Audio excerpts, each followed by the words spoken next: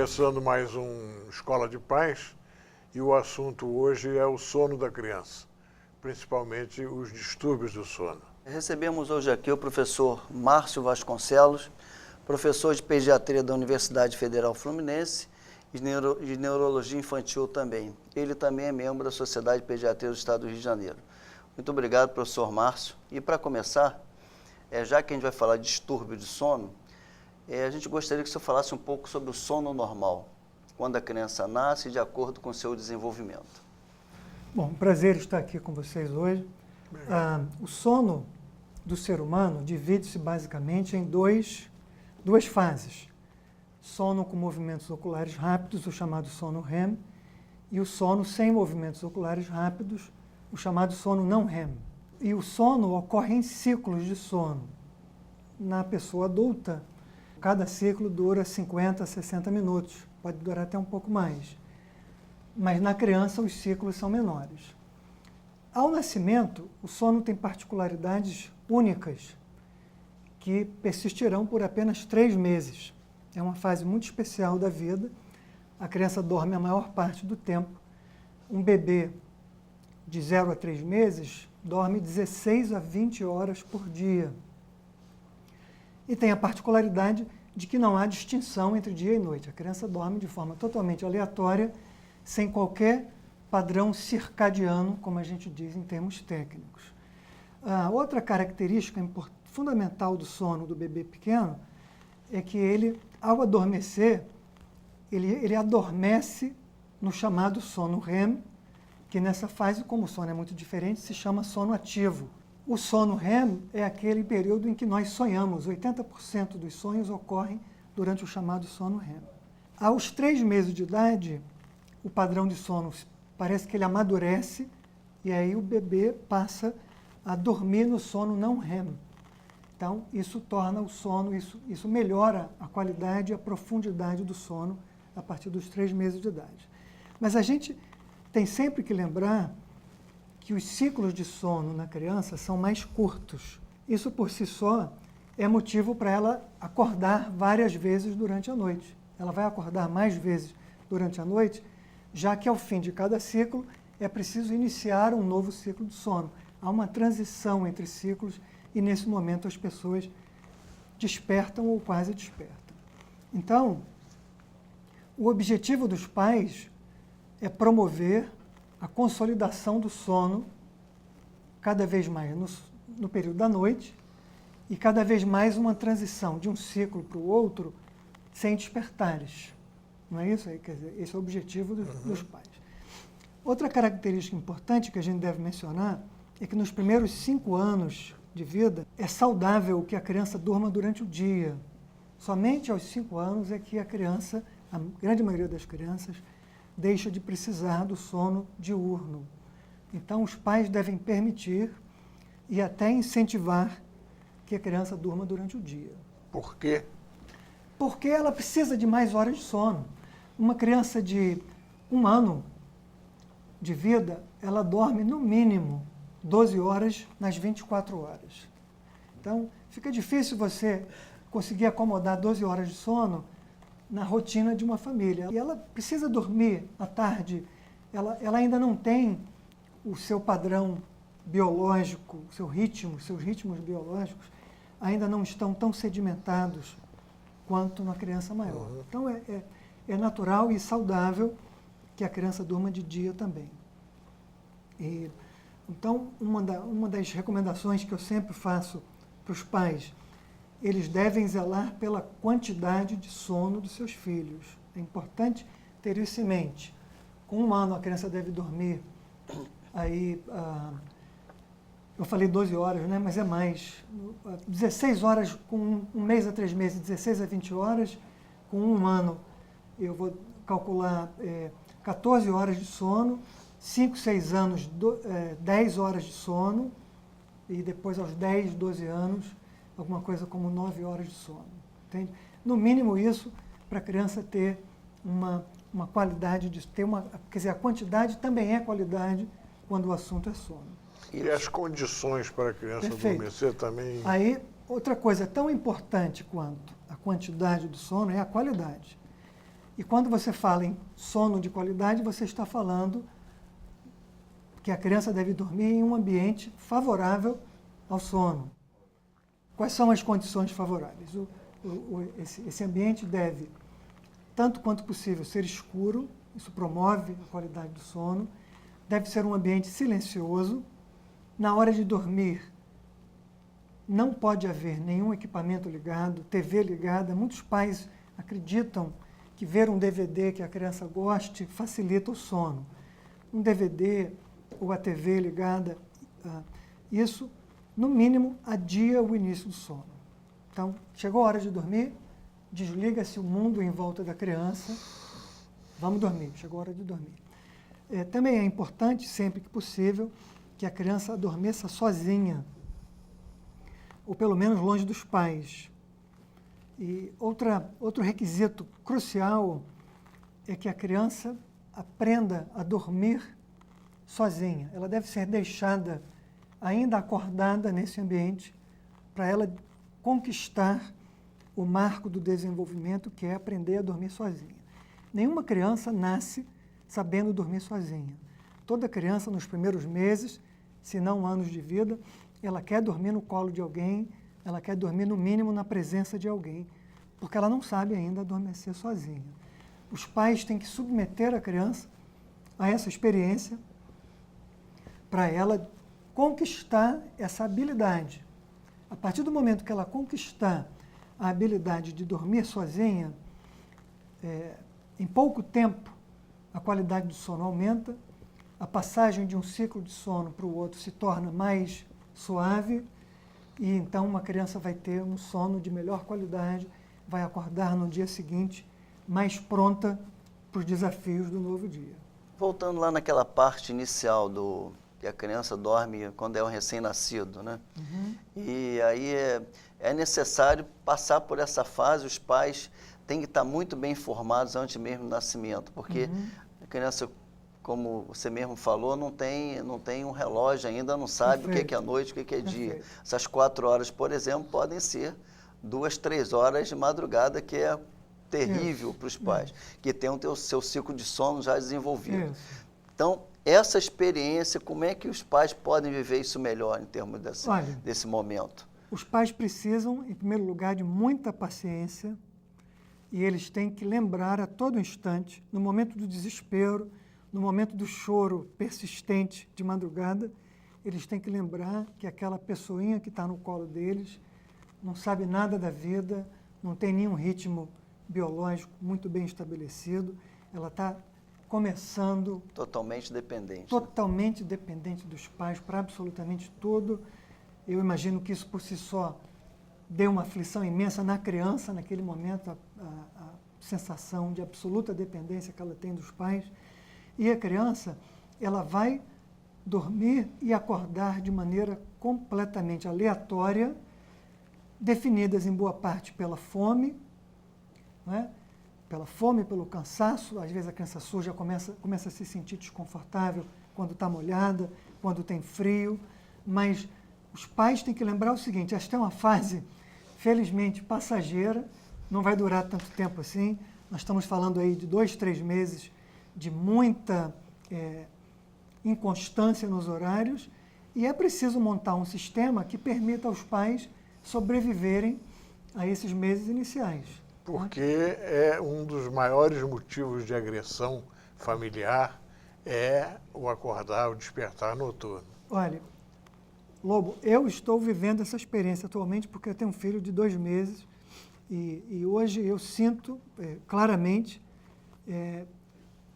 como é, às vezes, difícil você, estando muito cansado de um dia inteiro de trabalho, você chegar em casa e dizer: agora vai começar o meu segundo trabalho, madrugada dentro, que é ninar uma criança inconsolável que às vezes chora de maneira completamente incontrolável. Você não entende por que a criança chora tanto. Já mamou, você já trocou a fralda, você já fez tudo como manda o figurino e a criança está ali berrando no seu ouvido. Eu percebo que é uma situação difícil, delicada. Isso é preciso ter uma estrutura psicológica para enfrentar esse momento de dificuldade e você tem que ter a calma, tem que estar bem acompanhado por um pediatra que vai dar bons conselhos nessa hora, né, Edson? É verdade. Agora, recai sobre a mãe e o pai, eu acho que o pai deve ser parceiro nessa hora, né? Recai sobre a mãe e o pai a responsabilidade de acolher esta criança inconsolável, niná-la sempre que necessário, ter paciência, porque eu garanto uma coisa, vai passar. Infelizmente vai passar. Mas tem alguns que demoram mais Tem uns tempo, que né? demoram mais tempo, mas né? E sem aí? dúvida, sem dúvida. Olha, tem crianças que demoram mais a consolidar o sono, a dormir períodos mais longos de sono à noite. Isso é fato. O que os pais devem fazer? Eles devem conversar com o seu pediatra sobre isso. Os pais e o pediatra da criança devem lembrar dessas recomendações gerais de um bom sono, não é? Ambiente tranquilo, silencioso, tão escuro quanto possível, sem barulho, se possível sem outras pessoas em volta, horários regulares, a rotina favorece o sono, né? O sono é um hábito, todos nós temos hábitos de sono, bons ou maus hábitos de sono, e o cérebro da gente vai se acostumando a ter sono na hora que a gente vai para a cama habitualmente.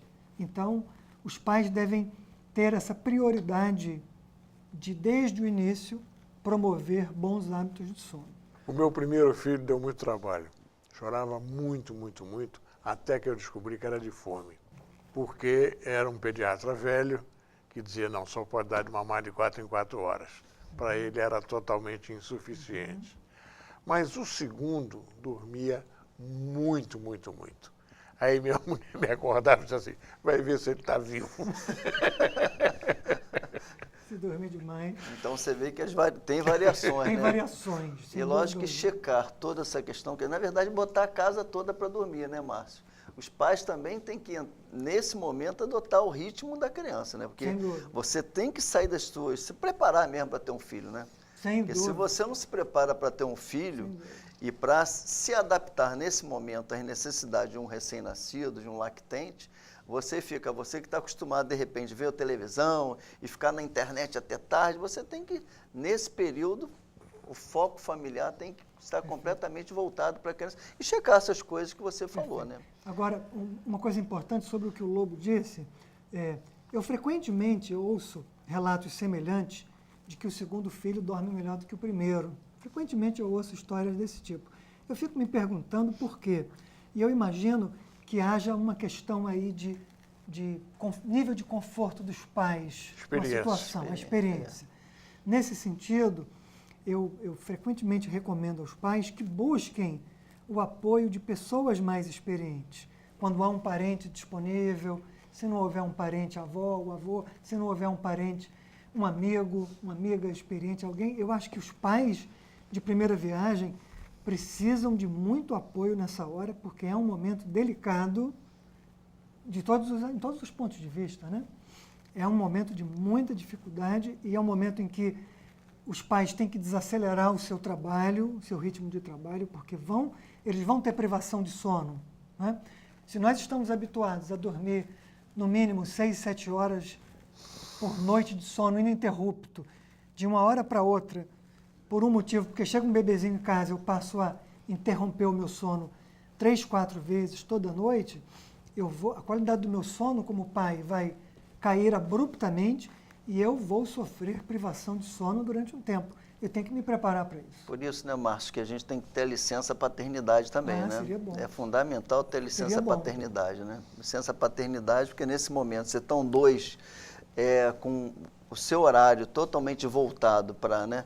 Que seja, comece com 2 meses, 3 meses, mas que se o pai quer e tem que ser, é fundamental na criação, né? Aí, parceiro, mas no dia seguinte, quem é o teu empregador onde você trabalha, você tem que chegar 8 horas. Então, fica uma situação de, por mais que você saiba que tem que passar por essa fase, mas é uma coisa para se pensar em relação alguns países desenvolvidos já têm licença paternidade. Além da licença paternidade, eu acho que falta muito instrução para pai e mãe. Sem dúvida. Principalmente os de primeira viagem, porque as pessoas têm uma ideia sobre paternidade e maternidade que é uma coisa natural, normal, que vai se desenvolver tranquilamente e nunca é assim. Nunca é. É um desafio constante e diário, né? E sobre a amamentação também, que é um capítulo à parte. Os primeiros dias são dificílimos, porque desce pouco leite e a mãe tem que ter muita paciência, a criança vai chorar muito nos primeiros dias e é preciso ter paciência, calma. A mãe precisa ter a certeza de que o seu leite está chegando.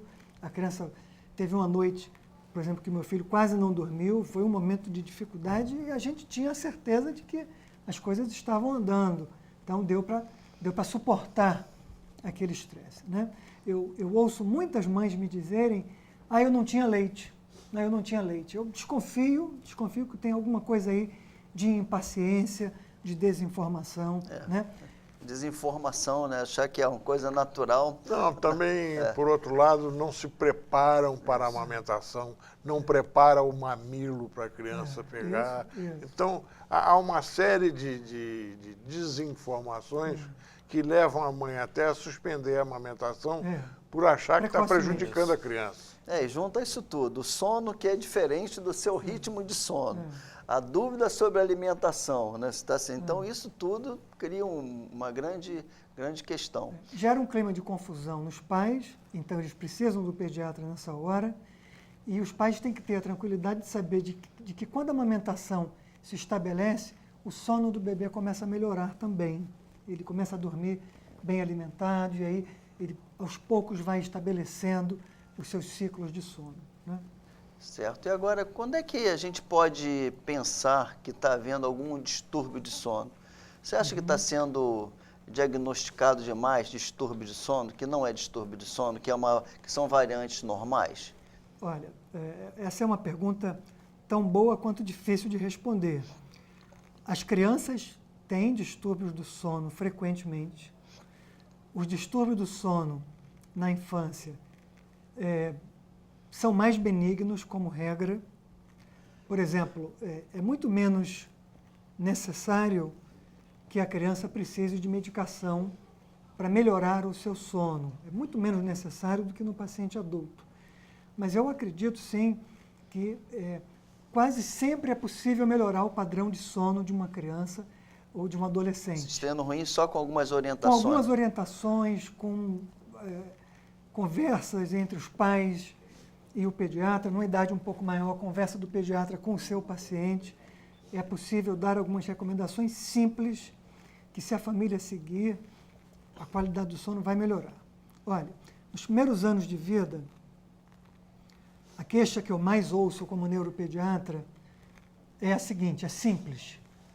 Meu filho não dorme. Eu ouço essa queixa quase toda semana. E quando aí eu sento com os pais, vamos lá, ele não dorme, então vamos ver aqui como é que é a rotina do dia a dia do seu filho.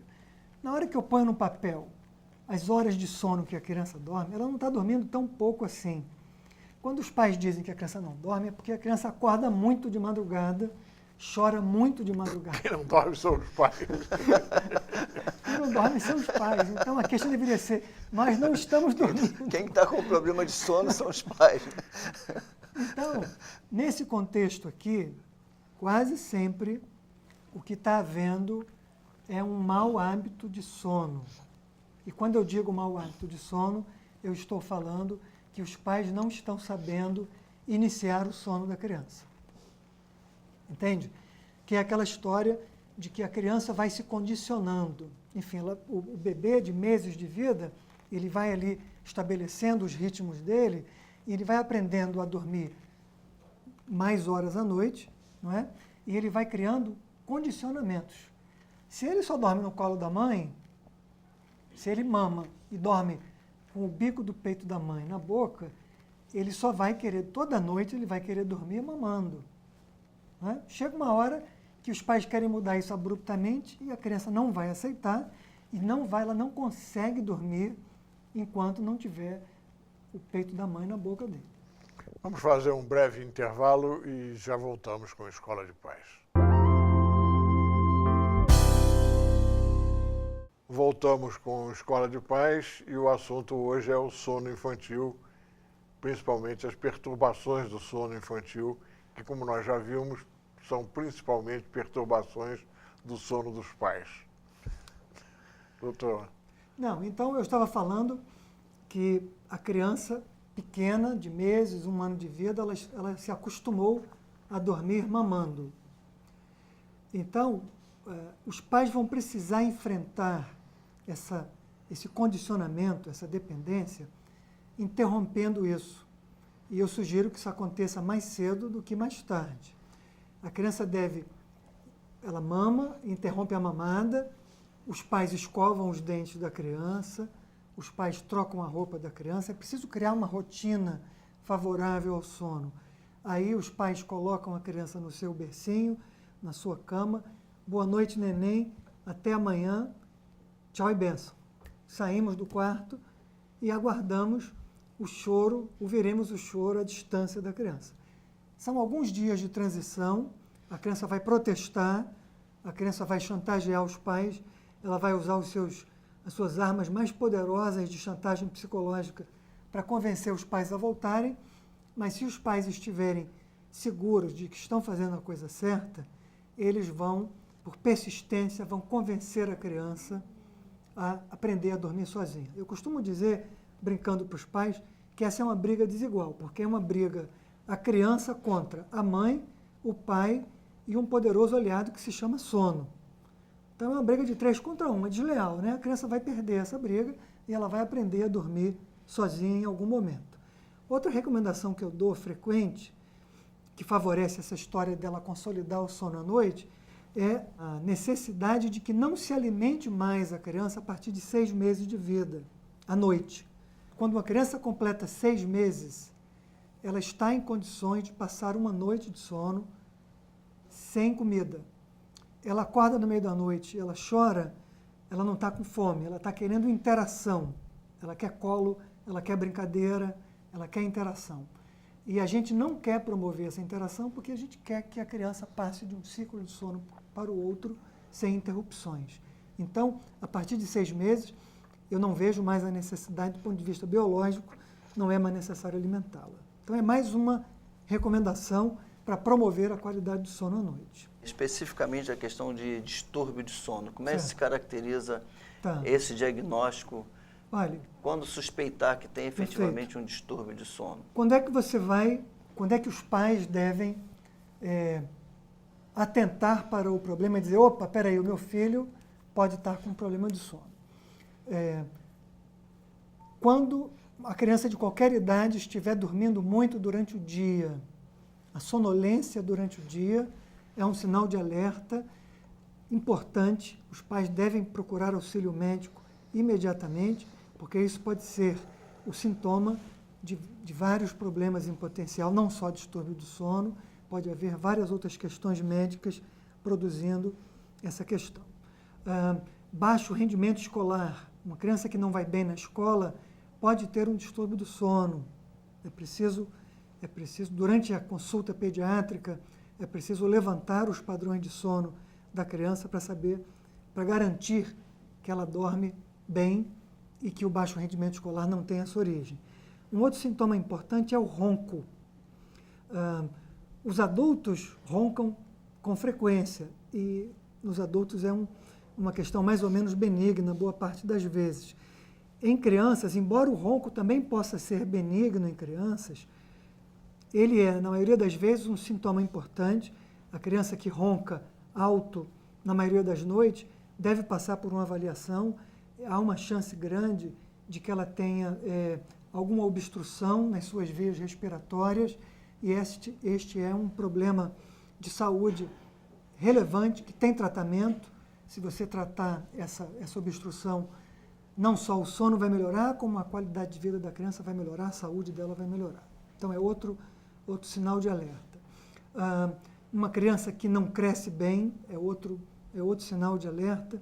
E a criança que dorme tarde, por exemplo, entre os adolescentes, este é um padrão bem popular entre eles, né? Eles ficam lá nos seus videogames, na internet, quem tem acesso à internet em casa, ou ficam vendo TV, e os adolescentes, eles acham que é um marco da idade deles e dormir cada vez mais tarde. Acho até que eles competem entre si para ver quem dorme mais tarde. E os pais precisam supervisioná-los e precisam discipliná-los. E o sono saudável começa cedo. O sono é biologicamente melhor quando ele começa mais cedo. Não dá para comparar, por exemplo, um rapaz de 12 anos que vai dormir 1 da manhã e acorda às 10 da manhã, ele dorme 9 horas de sono, está até razoável. Esse mesmo rapaz, se ele dormir às 9 da noite e levantar às 6 da manhã, essas 9 horas de sono, do segundo exemplo, tem uma qualidade de sono muito melhor, porque ele está indo dormir menos cansado. E esse sono, por conseguinte, vai ter uma qualidade melhor, ele vai cumprir as suas etapas de sono com mais desenvoltura, ele vai acordar na manhã seguinte mais pronto para o dia do que se ele for dormir 1 hora da manhã e acordar mais tarde. Então, o sono também deve ser iniciado no horário mais ou menos cedo e rotineiro, né? Os pais não devem deixar a criança ficar jogando videogame que excita imensamente, né? Esses videogames de luta, que é uma luta, é uma violência imensa. Quando os pais, acabou, desliga aí e tal, a criança está a 1000 por hora, ela vai demorar muito a cair no sono. Então, outra dica importante, fundamental para os pais, supervisionem o que seus filhos estão fazendo antes da hora de dormir, não é? Supervisionem, escolham, ajudem os filhos a escolher quais são as atividades pré-sono. As crianças têm que ir mais ou menos desacelerando. Se o cara está lá numa guerra no Iraque, a 1000 por hora, matando milhares de iraquianos, e está dizendo, acabou o sono, agora eu vou dormir, é pesado para a criança, é difícil, né? Difícil conciliar as atividades. Então, a recomendação é supervisão. Tem que supervisionar as atividades dos filhos, mesmo dos adolescentes, para que eles tenham atividades relaxantes, digamos assim, logo antes do sono. Isso é fundamental, quer dizer, desacelerar a casa, todo mundo tem que se habituar a um ritmo de se preparar para a família dormir, né? Verdade é essa, porque se você também desliga lá a internet, você continua na sala fazendo barulho, dependendo até do tamanho da casa, não resolve muito. Agora, existe algum momento que há necessidade de algum uso de medicamentos? Deixa eu só falar, você tocou num ponto aí que eu considero fundamental. Um erro comum que eu observo é os pais trazerem seus filhos para a sua rotina. Então, eu sempre digo, olha, o filho não precisa seguir a sua rotina, ou seja, os pais não precisam ir dormir às 9 da noite, assim como o seu filho pequeno de 5, 6 anos, porque isso, para muitos adultos, é simplesmente inviável. Eu gosto de dizer para os pais, olha, crie uma rotina para o seu filho. Vocês são adultos, o adulto pode dormir meia-noite, 1 hora da manhã, e no dia seguinte ele acorda às 7 da manhã e ele está pronto para o dia, porque ele é um adulto, seu cérebro está constituído, ele tem condições plenas de enfrentar o dia. Mas a criança, se ela estuda de manhã, pior ainda, como é que a criança vai dormir junto com os pais e no dia seguinte acorda às 5h30, 6 horas da manhã para ir para a escola? Então, eu sempre digo, se vocês forem organizados, vocês poderão criar uma rotina para o seu filho, enquanto vocês, pais, terão a sua própria rotina. É possível, na maioria das vezes, às vezes quando a casa é muito pequena, isso é impossível, né?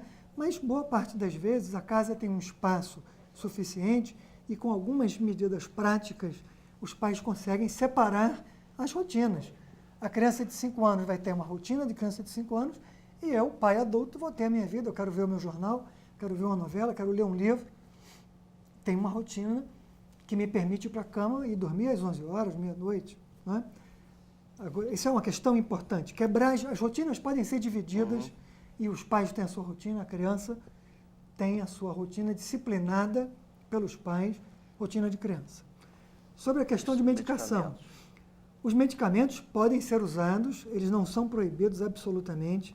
Por exemplo, um distúrbio do sono comum, a gente estava falando ainda há pouco sobre distúrbio do sono eu não mencionei especificamente. Um distúrbio do sono comum em crianças é o terror noturno. A criança acorda geralmente nas primeiras horas após o início do sono, ela acorda aos gritos, bastante confusa, bastante inquieta, às vezes batendo nos outros, se sacudindo. Os pais tentam falar com a criança, ela não atende, ela está... parece que ela está assim, tem pais que dizem assim, meu filho está possuído por alguma coisa, porque ele faz umas coisas estranhas e a gente conversa, ele não atende. Do mesmo modo que ele começou a ficar agitado, ele volta para a cama, volta a dormir, no dia seguinte não lembra de nada do que ele fez. Esse quadro clínico é o chamado terror noturno, isso é comum em crianças, é um problema benigno, é uma questão de orientação dos pais, mas às vezes quando o problema persiste muito, a gente pode usar medicamento. Se for usar medicamento, a gente sempre usa com prazo para acabar. A gente dá o medicamento durante um período bem definido para tentar promover o sono, mas eu sempre enfatizo aquelas boas recomendações dos hábitos de sono, que em geral a criança está com um probleminha nessa parte também. Vamos encerrando aqui a Escola de Pais, mas nós vamos voltar a esse assunto que é muito importante e muito interessante. Muito obrigado por sua presença e já está convidado a voltar. Obrigado. Obrigado a todos.